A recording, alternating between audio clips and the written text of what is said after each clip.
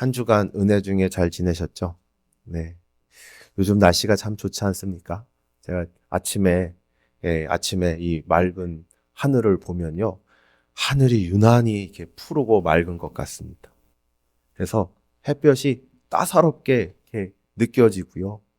그리고 또 이제 이 나뭇가지들 보면은 이제 연한 연녹 속에서 점점 진녹색으로 변해갑니다. 그리고요, 이렇게 이 장미죠. 5월 장미라고 하죠. 이제 5월 장미들이 아름아름, 몽글몽글 피기를 준비하는 것 같습니다. 정말요, 날씨가 덥지 않아요. 아직까지는. 춥지도 않고 덥지도 않고 살랑거리는 봄바람이 마음조차 기분 좋게 만듭니다. 5월은 정말 계절의 여왕인 것 같습니다. 이제요, 조금만 있으면 더워집니다. 6월 달만 되면요, 많이 더워져요. 그러니까 6월 달 오시기 전에, 이 더위가 오기 전에 이 동역자님들 이 5월의 좋은 날들을 많이 누리시고 즐기셨으면 하는 바람이 있습니다. 로마서를 계속 살펴보면요, 은혜, 곳곳마다 많은 은혜의 말씀이 있습니다. 로마서는요, 실로 위대한 말씀입니다. 그러니까 로마서는요, 이렇게 신학 강의가 아닙니다. 좀 어려운 부분이 있고요. 딱딱한 부분이 있지만 우리가 잃지 않아야 될 게, 로마서는 은혜의 말씀이다. 곳곳마다 은혜가 있어요. 한번 생각해 볼까요? 로마서 5장. 우린 더 이상 죄의 사망의 종이 아닙니다. 우린 더 이상 죄와 사망의 통치 가운데 있지 않습니다. 그럼 우리가 어느 통치에 있죠? 하나님의 통치 가운데. 우리가 은혜의 통치 가운데 있어요. 원래는 우리가 어땠죠? 죄로 인해서 죽을 수밖에 없었어요. 죄도 뭐 요만큼의 죄였나요? 아니요. 1장에 나타난 대로 어마어마한 죄였어요. 하나님을 대적하는 죄. 그리고 수많은 죄를 짓고 있었어요. 그런데 그 죄들이 예수 그리스도의 십자가의 보혈로 어떻게 돼요? 다 용서받고 다 깨끗해지게 되었어요. 네, 우리는 그 죄로 인하여 하나님을 대적했죠. 그리고 하나님께 그 죄 때문에 합당한 진노의 심판을 받아야 했습니다. 그 진노의 심판을 받아 죽을 수밖에 없었던 우리들이 이제 예수 그리스도를 믿음으로 그 보혈의 피에 의지하여 하나님의 임재가 가득한 그 임재에 서 있는 자리에 들어갈 수 있게 되었습니다. 우리는 그런 의인이 되었습니다. 그래서 로마서 5장 20절은 이렇게까지 말씀합니다. 그러나 죄가 더한 곳에 은혜가 더욱 넘쳤나니. 그렇습니다. 우리의 죄인됨을 생각하면 우리의 죄가 정말로 어마어마했는데 그보다도 훨씬 더 예수 그리스도의 압도하는 은혜가 있었던 것이죠. 그런데 말입니다. 이 말씀을 듣고 있었던 일부의 사람들은 이상하게 반응했어요. 그러면 이제 우리가 죄를 마음껏 져도 된다는 말입니까? 이제 예수 그리스도가 우리의 모든 죄를 다 용서해서 과거의 죄, 현재의 죄, 미래의 죄를 다 용서하셨더니 이제는 우리 마음대로, 우리 하고 싶은 대로 다 죄를 져도 된다는 말입니까? 그래서 6장 1절에 바울 사도가 이렇게 말씀하는 겁니다. 그런즉 우리가 무슨 말 하리요? 은혜를 더하게 하려고 죄에 거하겠느뇨? 요즘 말로 바꿔보면 이런 것이죠. 당신 도대체 무슨 말을 하고 있습니까? 예수님의 은혜가 무한히 있으니까 죄를 마음대로 지어도 상관없다고요. 우리가 은혜를 더 받으려면 죄를 계속해서 지어야 한다고요. 이거 말도 안 되는 터무니없는 소리 하지 마세요. 바울 사도는 지금의 이 가상의 반론을 듣고 매우 충격을 받은 것입니다. 여러분들은 어떠십니까? 우리가 엄청난 죄를 용서받았고 예수님의 십자가의 은혜로 이미 지은 죄뿐 아니라 앞으로 지을 모든 죄까지 다 용서받았어요.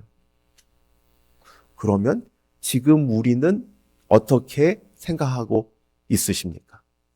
지금부터 이제 마음대로 죄를 마음껏 하고 싶은 대로 다 져도 되겠네. 혹시 이렇게 생각하고 있지는 않습니까? 그래서 오늘 이 말씀이 우리에게 주어지는 것입니다. 근데 놀랍게도 이 말씀은요, 바울의 반대자들에게 듣던 반론이었어요. 무슨 말이냐? 바울 사도요, 당신의 이신칭의의 복음이 얼마나 위험한 건지 아십니까? 예수님을 믿기만 하면 모든 죄가 다 용서된다고요? 현재 지은 죄, 아니 과거에 지은 죄, 현재 미래의 모든 죄가 다 용서된다고요? 그러면 율법은 지키지 않아도 된다는 말입니까? 당신은 실상 율법을 지키지 않아도 된다고 말하는 겁니다. 방종 가운데 거하는 가르침입니다. 실상은요, 어겨도 된다는 거랑 다름없습니다. 그러니 당신의 그 이신칭의 복음이 얼마나 위험한 건지 아시겠습니까? 이런 견해를요, 율법 폐기론이라는 말을 씁니다. 율법 폐기론이라는 것은 말 그대로 율법을 거절하는 겁니다. 율법을 거부하는 겁니다. 이제 우리의 죄는 다 용서되었으니 율법대로 살지 않아도 돼. 이걸 조금 더 얘기하면 이제 우리는 마음껏 우리 하고 싶은 대로 다 죄를 지어도 돼. 값싼 은혜죠. 은혜만 강조하고 거룩한 삶은 거부하는 것입니다. 그래서 이것의 다른 말은 도덕 폐기론이라고 합니다.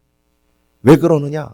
이제 모든 죄를 다 용서받았으니, 앞으로 지을 죄까지 다 용서받았으니 도덕적인 삶을 살지 않아도 된다는 것이죠. 그러니 도덕 폐기론이라고도 말할 수 있는 것입니다. 사실 이런 종류의 이단은 교회사에서 끊임없이 등장했어요. 초대교회에서는 영지주의자들은요, 영과 육을 분리해요. 그래서 영만 구원 얻는 거예요. 육은 죄를 져도 상관없어요. 육은요, 죄를 져도 상관없어요. 육체로는 무슨 죄를 저질러도 돼요. 술을 마시고 음행을 저지르고 마음대로 살아도 영적인 지식을 가지고 영만 깨끗하면 천국 간다고 가르쳤습니다. 영혼만 구원받으면 된다고 도덕, 율법을 폐기시킨 것이죠. 이것에 맞서 싸우려고 요한 사도는 요한일서를 쓴 것입니다. 그런데 사랑하는 동역자 여러분, 이건 2000년 전만의 일일까요? 오늘날에도요, 현대판 영지주의자들이 있는데 그들이 바로 구원파입니다. 구원파들이요, 항상 이렇게 주장합니다. 한번 예수 믿으면 구원받고 그것으로 끝이다. 구원 얻으면 회개할 필요 없다. 회개하면 구원 얻지 못하는 증거다. 라고 가르칩니다. 그들은 옷만 바꿔 입었을 뿐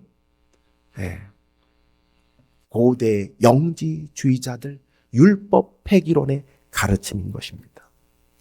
사랑하고 존경하는 주서만교회 믿음의 동역자 여러분, 이런 율법 폐기론자들은 어제나 오늘도 등장해서 우리의 신앙생활을 어지럽히고 있습니다. 그들이 잘못된 것이 분명한데 잠깐 우리가 생각해 보아야 될 부분이 있습니다. 20세기 명설교자이자 유명한 복음주의 저술가이기도 한, 저술가는 아니죠, 강해 설교자이기도 한 로이드 존스 목사님은 이렇게 설교했습니다. 만약 내가 전하는 복음이 그러면 죄를 지어도 되겠네라는 오해를 한 번도 불러일으키지 않는다면 나는 진짜 복음을 전하지 않는 것이다. 왜 그렇게 말했을까요? 바울 사도가 전한 복음은요, 너무너무 은혜가 커요. 듣는 사람은 자칫 그 은혜가 너무 크기 때문에 이렇게까지 오해할 수도 있는 거예요. 그럼 나 마음대로 죄를 져도 되겠네? 오해할 만큼 은혜가 풍성하고 그 은혜를 강조하고 있다는 말입니다. 달리 말하면 어떤 설교자가 율법 폐기론, 이런 오해를 받은 적이 한 번도 없다면 그는 충분히 하나님의 은혜를 강조하고 있지 못하는 거예요. 이신칭의의 복음은요, 이런 오해를 받을 만큼 은혜의 철저한 복음이에요. 은혜의 복음. 사도 바울도 그랬고, 종교개혁자 루터도 그랬고, 그리고 로이드 존스 목사님도 그랬고, 오늘날에 이 이신칭을 전하는 모든 설교자도 당신은요, 실은 도덕을 무너뜨리고 있습니다. 라는 비난을 받았습니다. 그러나 사랑하는 동역자 여러분, 우린 여기서 멈추면 안 됩니다. 오해받을 만큼 은혜가 큰 것은 분명한데 그것은 어디까지나 오해죠. 그 오해를 바울 사도처럼 정확히 고쳐줘야 합니다. 바울 사도가 어떻게 말했죠? 그럴 수 없느니라. 진짜 복음은 오해를 받을 만큼 은혜를 강조하지만 오해를 그냥 놔두지 않습니다. 오해를 그냥 놔두지 않고 단호하게 격파합니다. 오늘 한 두 가지 부분을 그 부분에 대해서 살펴보고자 하는데 첫 번째가 이것입니다. 6장 2절 후 전반부를 한번 같이 읽어보도록 하겠습니다. 6장 2절 전반부 시작. 그럴 수 없느니라. 아멘. 여기까지. 여러분, 이 그럴 수 없다는 말은요, 매우 강한 부정. 그리고 이 강한 부정인데요, 이걸 뭘 생각해야 되냐면 앞에 그럴 수 없다라고 나옵니다. 그러니까 우리가 근데 뭔가 이런 부정 어린 말을 할 때요, 상대방을 설득시키기 위해서 요건 요렇고요, 선우 좌우는 이렇고요, 이렇고 해가지고 우리 이걸 이렇게 쌓아가잖아요. 그래서 실은 그렇지 않은 것입니다. 라고 말을 하잖아요. 예, 이게 보통 이 논쟁을 할 때 다른 사람들을 배려하고 고려하는 논쟁의 어법이에요. 근데 이렇게 했습니까? 아니요. 지금 이거는 점잠 뺄 때가 아닌 거예요. 예, 이거는 이런 종류의 문제가 아닌 거예요. 시급하고 중대한 문제이기 때문에 거칠고 단박에 나갈 수밖에 없는 거예요. 그럴 수 없느니라. 이건 예의 차린 말이 아니에요. 소극적인 말이 아니에요. 바울 사도가 할 수 있는 가장 큰 부정의 말이에요. 왜 그렇게 거칠게 반응했을까요? 왜 그렇게 시급하게 반응했을까요? 이 율법 폐기론이 이신치기의 복음을 심각하게 훼손하고 왜곡하고 있기 때문인 것입니다. 먼저 말입니다. 예수 그리스도의 십자가를 생각해 보세요. 심각해 보세요. 예수 그리스도는 십자가에 달려 죽으셨습니다. 우리의 죄를 대속하기 위해서입니다. 우리를 죄와 사망에 건져내기 위해서입니다. 그런데 말입니다. 예수 그리스도의 이 십자가의 은혜를 마음껏 죄를 지어도 된다는 것, 이게 말이나 되는 겁니다. 우리를 마음껏 죄짓게 하기 위해서 예수님의 십자가에 달려 죽으셨습니까? 예수님의 십자가는 면죄부입니까? 또한 이렇게 되면 예수 그리스도의 십자가는 우리의 죄는 용서해도 죄의 통치, 죄의 다스림은 끝낼 수 없는 무능한 것이 되어버리고 맙니다. 또한 성령 하나님을 생각해 볼까요? 예수님을 믿으면 성령 하나님 우리 안에 오십니다. 성령 하나님 우리 안에 내주하셔서 말할 수 없는 탄식으로 우리를 위해서 계속 기도하십니다. 누구누구가 이렇습니다. 그러면 성령 하나님을 우리를 주님 나라 가기까지 이끌어 가십니다. 하나님 나라가까지 인도해 가십니다. 그 가운데서 성령 하나님은 우리를 주를 닮아가게 하십니다. 하나님의 그 원래의 형상으로 회복시키고 있는 일을, 그 구원의 사역을, 거룩해 하시는 사역을 하고 계십니다. 그런데 말입니다. 마음껏 죄를 지어도 된다고요? 그럼 성령 하나님은 아무 능력 없이, 인도함 없이 그냥 가만히 계신 겁니까? 그럴 수 없잖아요. 또한요, 우리를 뭘로 부르죠? 성도들, 거룩한 무리라고 부르지 않습니까? 거룩한 하나님의 백성이라고 말하지 않습니까? 우리는 거룩한 하나님의 자녀들이 아닙니까? 근데 율법 폐기로는요, 이 모든 하나님의 구원의 사역, 성도의 거룩한 공동체를 부정하고 있는 것입니다. 때문에 바울 사도는 그냥 이 부분을 놔둘 수가 없었던 거예요. 그래서 6장에 거쳐서 계속해서 설명하고 있는 겁니다.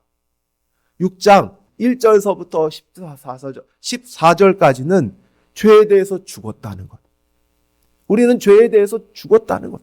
그것을요, 세례를 통해서 예수님의 죽음과 부활에 함께 우리가 하고 있다는 것을 통해서 우리를 의의 병기로 드리는 권면을 통해서 설명하고 있고요.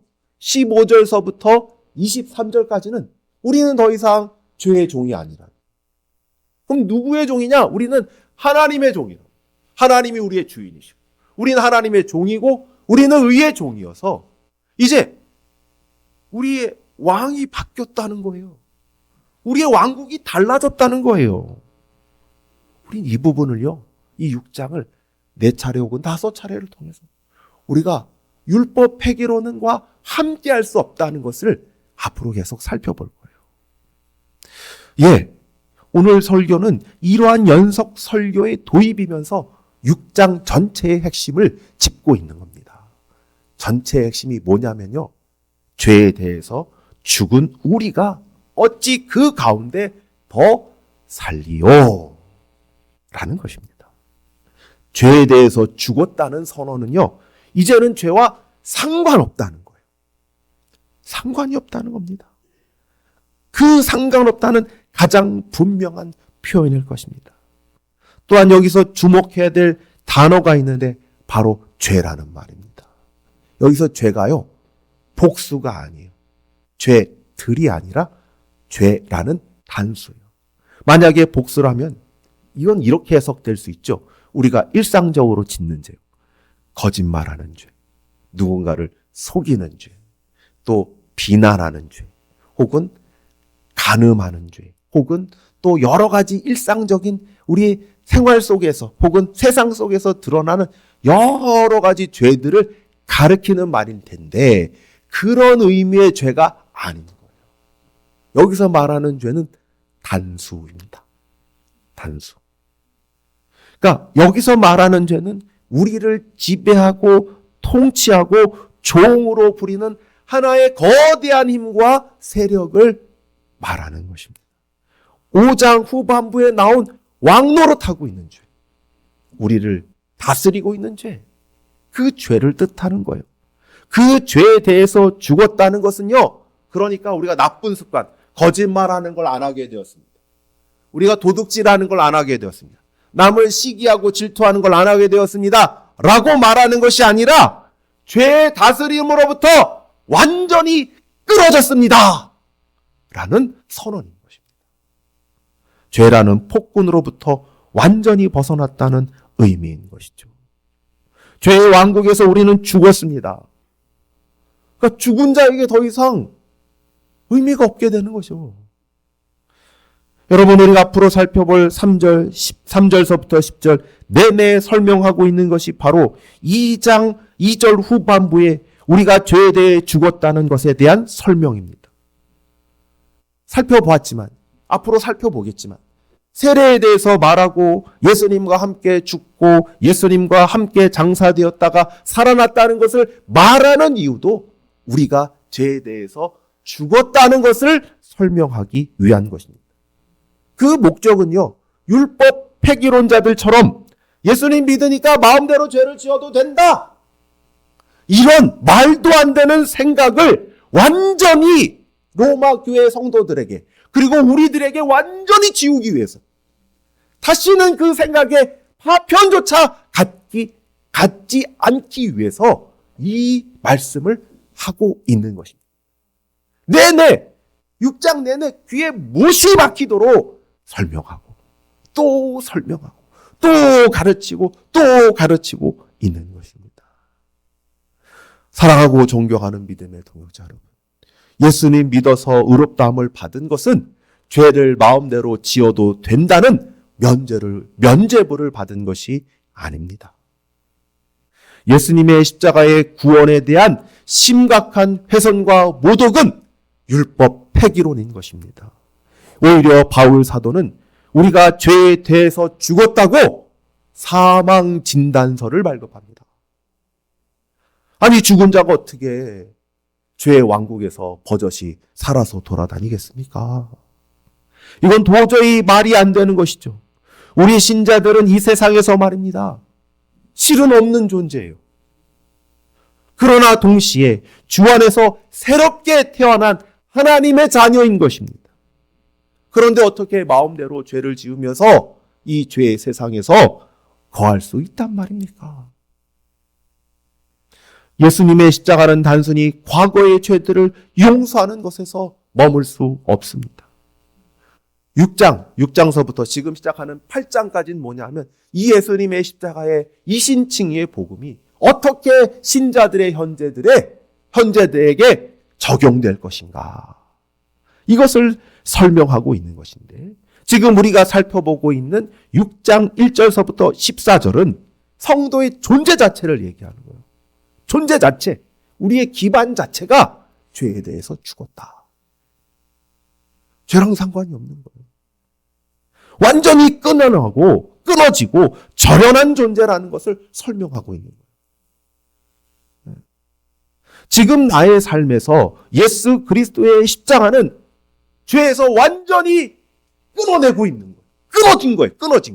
우린 존재론적으로 죄와 상관이 없어요. 그러니까 세상의 호적부에서 예수님의 십자가가 우리를 파버렸어요. 그래서 사망신고가 됐어요. 또한 이 예수님의 십자가 하나님 나라의 호적부에서 출생신고가 됐어요. 죄의 세계에는 우리의 주소가 없어요. 우리의 주소는 하나님 나라에 있어요. 이제 성도는 죄의 세력에서 해방되었습니다. 우리는 드디어 죄가 아닌 것을 바라보게 되었습니다. 죄의 사슬에서 죄의 사슬이 더 이상 우리를 얽매일 수 없습니다. 그 사슬을 우리 주님이 끊어버리셨습니다. 그 형틀에 벗어나 죄가 아닌 것을 생각하고 느끼고 행하게 되었습니다. 예수님의 십자가의 복음은 현재의 나의 삶을 자유케 하고 해방하게 하는 복음인 것입니다. 우리를 거룩으로 인도하고 초대하고 있는 복음인 것입니다. 사랑하고 존경하는 주소만교회 믿음의 동역자 여러분, 오늘 우리는 로마서 6장 1, 2절 말씀을 통해서 이신칭의의 복음은 죄에 대한 면죄부를 주는 율법 폐기론이 아니라 죄에 대한 죽음을 의미하는 성화를 담고 있다는 것을 살펴보았습니다. 다시 한번 말씀드립니다. 이신칭의의 복음은 면죄부가 아닙니다.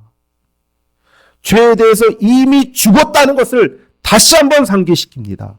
이신칭의의 복음은 우리를 방종케 하지 않습니다. 오히려 우리가 죄에 대해서 죽었으니 죄에 대해서 죽을 것을 결단케 하는 것입니다. 말씀을 맺고자 합니다. 여러분의 손에는 어떤 서류가 있을까요? 면죄부입니까? 아니면 사망 진단서입니까? 이신칭의 복음을 혹시 면죄부로 사용하고 계십니까? 나의 죄에 대한 정당화의 수단, 나의 죄에 대한 핑계로 사용하고 있습니까? 그것은 매우 옳지 못한 것입니다. 여러분이 그러고 있다면 그것은 율법 폐기론자로 이신칭의의 복음을 면죄부로 사용하고 있는 것입니다. 이신칭의는 절대 방종이 아닙니다. 이신칭의의 복음은 죄에 대해서 사망 진단서를 발급했습니다. 우리는 죄에 대해 죽은 자들입니다. 절대로 죄에 대해 방종할 수 없습니다. 그러니 말입니다. 우리 복음 사망 진단서를 든 자로서 이 죄에 대해 죽은 자로서 불의의 통로가 되지 않고 오직 주의 은혜로 의의 통로가 되어지는 주소망교회 모든 믿음의 동역자님 되어지기를 권면합니다. 기도하겠습니다.